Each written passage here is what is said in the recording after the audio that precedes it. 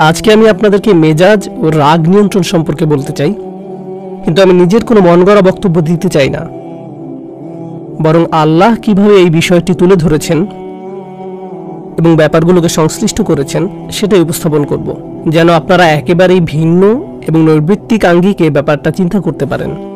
প্রথমত আল্লাহ বলছেন, ফামা উতীতুম মিন শাইইন ফামাতাউল হায়াতিদ দুনিয়া, তোমাদের এই দুনিয়াতে যা কিছু দেওয়া হয়েছে সবকিছুই পার্থিব জীবনের ব্যবহার্য সামগ্রী। অন্য কথায় এগুলো তাৎপর্যহীন।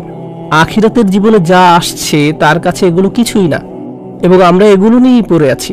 আমরা মনে করি যখন আমরা কিছু পাই বা হারিয়ে ফেলি অথবা খারাপ কিছু ঘটে, এটাই বুঝি দুনিয়ার সবকিছু। এখানেই দুনিয়ার শেষ নয়। আপনাকে যা কিছু দেয়া হয়েছে তা হচ্ছে ব্যবহার্য সামগ্রী, মাতা। মাতা অর্থ এমন কিছু যা আপনি ব্যবহার করেন কিন্তু উপভোগের প্রয়োজন নেই। প্রাচীন আরবরা মাতা নামে এক ধরনের ব্রাশ বাসন মাজতে ব্যবহার করত, এমন জিনিস যা ব্যবহার্য কিন্তু উপভোগ্য না। ঝাড়ু, বেলচা, কাঁটা চামচ, এগুলোই আরবিতে মাতা।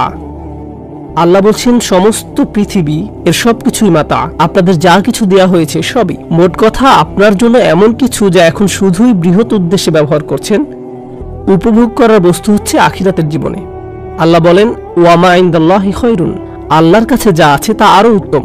আপনারা হয়তো অবাক হচ্ছেন, আমি এখন রাগ নিয়ে কিছুই বলছি না কেন, এগুলো কেন বলছি। আসলে এগুলো সবই আল্লাহর ভাষ্য অনুযায়ী সম্পর্কিত।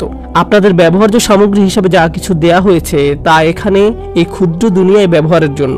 এই ক্ষুদ্র আবদ্ধ জীবনে এই সামগ্রীগুলো এখনই ব্যবহারের জন্য। আর আল্লাহ তার নিজের কাছে যেগুলো রেখে দিয়েছেন সেগুলি উত্তম।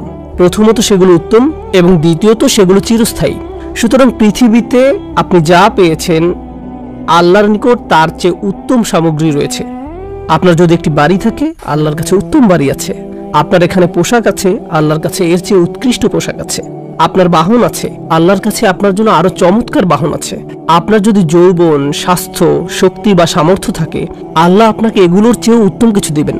আপনার যে সঙ্গী আছে, আল্লাহ আপনাকে আরো উত্তম সঙ্গী দিবেন। আল্লাহর কাছে আপনার জন্য যা কিছু রয়েছে সবগুলোই আরো উৎকৃষ্ট। সুতরাং দুনিয়ার এই জিনিসগুলোতে জড়িয়ে যাবেন না, এবং মনে রাখবেন জিনিসগুলো যতই বড় হোক না কেন, আল্লাহর কাছে আপনার জন্য যা আছে তা এর চেয়ে উত্তম। তিনি বলছেন আবকা, তুলনামূলকভাবে আরো দীর্ঘস্থায়ী। অন্য কথায়, আপনার এখন যা আছে তা ক্ষণস্থায়ী। আপনার একটা বাড়ি আছে, ক্ষয়প্রাপ্ত হওয়া শুরু করবে। আপনার স্বাস্থ্য ভালো, তা নষ্ট হয়ে যাবে। আপনি শক্তিশালী, একসময় দুর্বল হয়ে যাবেন।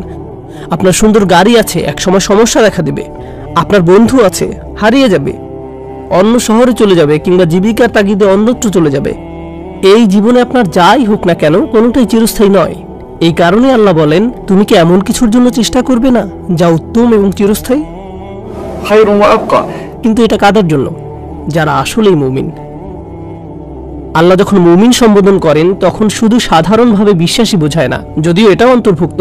এটা ওই আয়াতের জন্যই, যারা আসলেই বিশ্বাস করে যে দুনিয়ার এই সামগ্রীগুলো পরবর্তী জীবনের কাছে কিছুই না। এটা তাদের জন্যই। তারা প্রচন্ডভাবে বিশ্বাস করে, তারা প্রচন্ডভাবে তাদের প্রভুর উপর বিশ্বাস রাখে। এর মানে হলো, এটা প্রকৃত অর্থেই বিশ্বাস করতে হলে আপনাকে আল্লাহর উপর অগাধ বিশ্বাস স্থাপন করতে হবে যে তিনি পরবর্তী জীবনে আপনাকে এমন কিছু দেওয়ার প্রতিশ্রুতি দিয়েছেন যা আপনি কখনোই দেখেননি, এমনকি গন্ধও নেননি, শুধু শুনেছেন। তার কথার উপর বিশ্বাস করাই যথেষ্ট, শুধুই বিশ্বাসের প্রয়োজন। তিনি বলছেন তাদের জন্য যা তারা পরবর্তী জীবনে পাবে তা উত্তম এবং চিরস্থায়ী, কিন্তু এর বিশ্বাস ও আল্লাহর উপর ভরসা থাকা লাগবে। এরপর তিনি বলেন, ওয়াল্লাযীনা ইয়াজতানিবুনা কাবাইরাল ইসমি, এরা হলো সেই লোকেরা যারা আখিরাতকে দুনিয়ার উপর প্রাধান্য দেয়, যারা বোঝে এগুলো শুধুই ব্যবহার্য সামগ্রী। তারা কবিরা গুনাহ থেকে বিরত থাকে। এখানে আরেকটা ব্যাপার চলে আসে, সগীরা ও কবিরা গুনাহ। আপনার প্রধান কাজ হলো কবিরা গুনাহ থেকে দূরে থাকা। আপনি যখন কবিরা গুনাহ করেন, আপনি বলতেই থাকেন, ওহ, আমার ছোটখাটো গুনাহ করা উচিত না। আপনি আসলে বড় গুনাহ থেকে বিরত থাকতে চাচ্ছেন।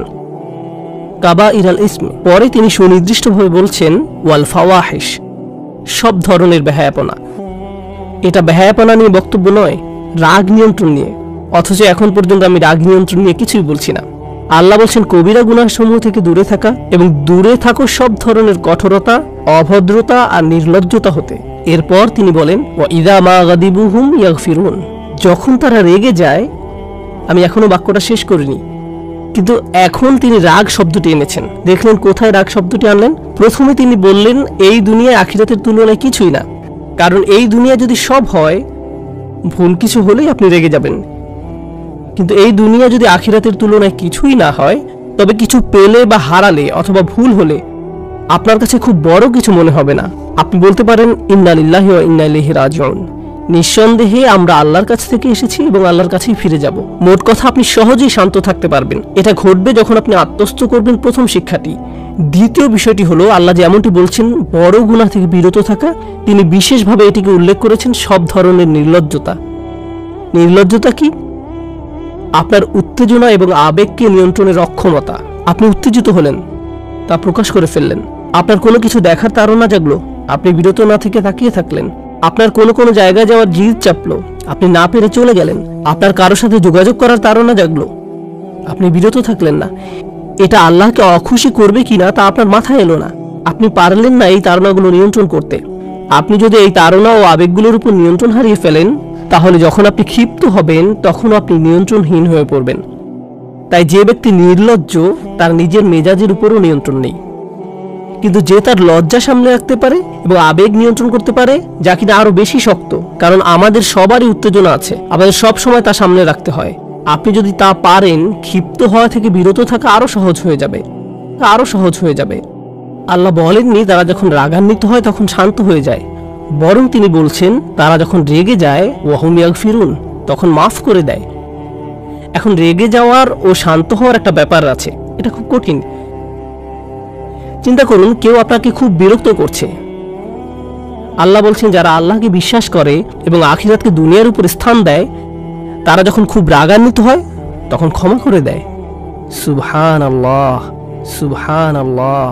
আমরা শান্ত অবস্থাতেই ক্ষমা করি না। আল্লাহ বলছেন যদি আপনি সত্যিকার অর্থে এমন মানুষে পরিণত হতে চান যারা আখিরাতকে প্রাধান্য দেয়, তাহলে রাগান্বিত অবস্থাতেও আপনার ক্ষমা করা শিখতে হবে। কি চমৎকার এক মানদণ্ড তিনি দিয়েছেন! এটা সর্বোচ্চ সামর্থ্য সম্পন্ন লোকদের জন্য।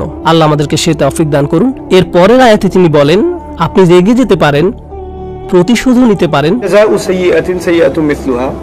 যদি আপনার সাথে খারাপ কিছু করা হয়, আপনি তা ফিরিয়ে দিতে পারেন। কেউ আপনাকে চর দিলে আপনি তাকেও চরও দিতে পারেন। এর অনুমোদন ইসলামে আছে।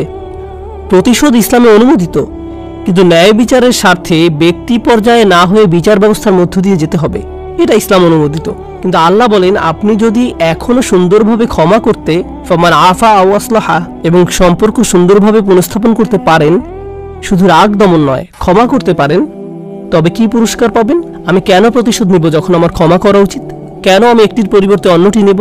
তিনি বলেন ফাআজরুহু আলাল্লাহ। স্মরণ করে দেখুন, আগে তিনি বলছেন তার কাছে যা আছে তা উত্তম ও চিরস্থায়ী। এবার তিনি বলছেন আপনি যদি কাউকে ক্ষমা করতে চান, আপনার রাগ দমন করেন, এর পুরস্কার এত ব্যাপক যে এটা বর্ণনা করা সম্ভব না। শুধু এটাই বলা যায় যে তা আল্লাহর কাছে আছে। আল্লাহই আপনাকে দেখবেন, আল্লাহই আপনাকে দেখবেন। এর বর্ণনা এতই বিস্তৃত যে শুধু এটুকুই বলা যায় আল্লাহর হেফাজতেই আছে আপনার পুরস্কার। সুবহানাল্লাহ। আল্লাহ আমাদের সবাইকে রাগ নিয়ন্ত্রণ সহজ করে দিন, শান্ত থাকার তৌফিক দান করুন এবং বিশেষভাবে ক্ষমা করার যোগ্যতা দিন। বারাকাল্লাহু লি ওয়া লাকুম ফিল কুরআনিল হাকিম ওয়া নাফা'আনি ওয়া ইয়্যাকুম বিল আয়াতি ওয়াজ যিকরিল হাকিম।